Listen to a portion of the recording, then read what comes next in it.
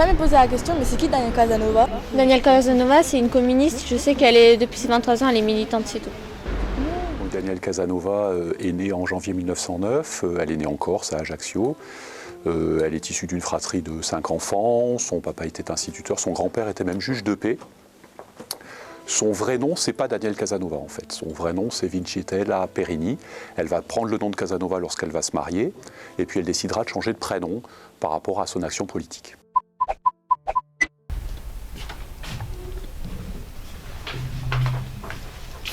Salut. Salut. Ça va? Ouais, toi? Salut.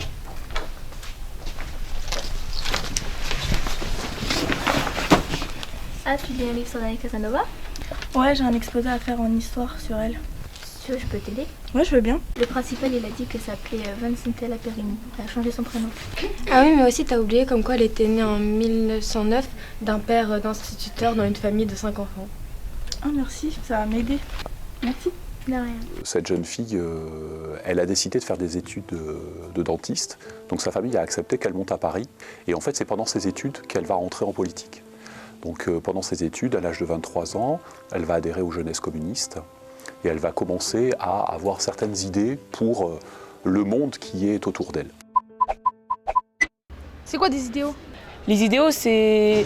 Ça, je sais pas, mais c'est qu'elle, ce qui est sûr, c'est qu'elle voulait la paix dans le monde, qu'elle voulait l'égalité pour les êtres humains et qu'elle était résistante antifasciste. Elle a lutté, elle a milité pour éviter le déclenchement de la Deuxième Guerre mondiale.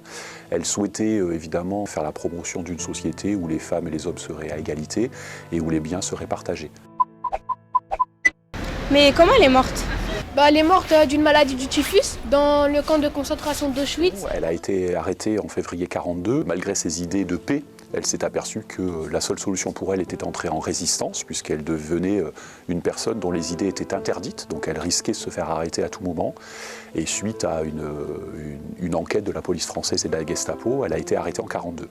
Elle a été d'abord internée dans un camp en France, puis ensuite elle a été déportée à Auschwitz, puisque à Auschwitz, il y avait aussi des prisonniers politiques. Et c'est là qu'elle a aidé son prochain, puisqu'elle a tout de suite été déléguée à l'infirmerie, puisqu'elle était médecin, elle était dentiste. Et donc elle a aidé les autres prisonniers à lutter contre le typhus notamment. Et en fait, en les aidant, elle en est morte en 1943.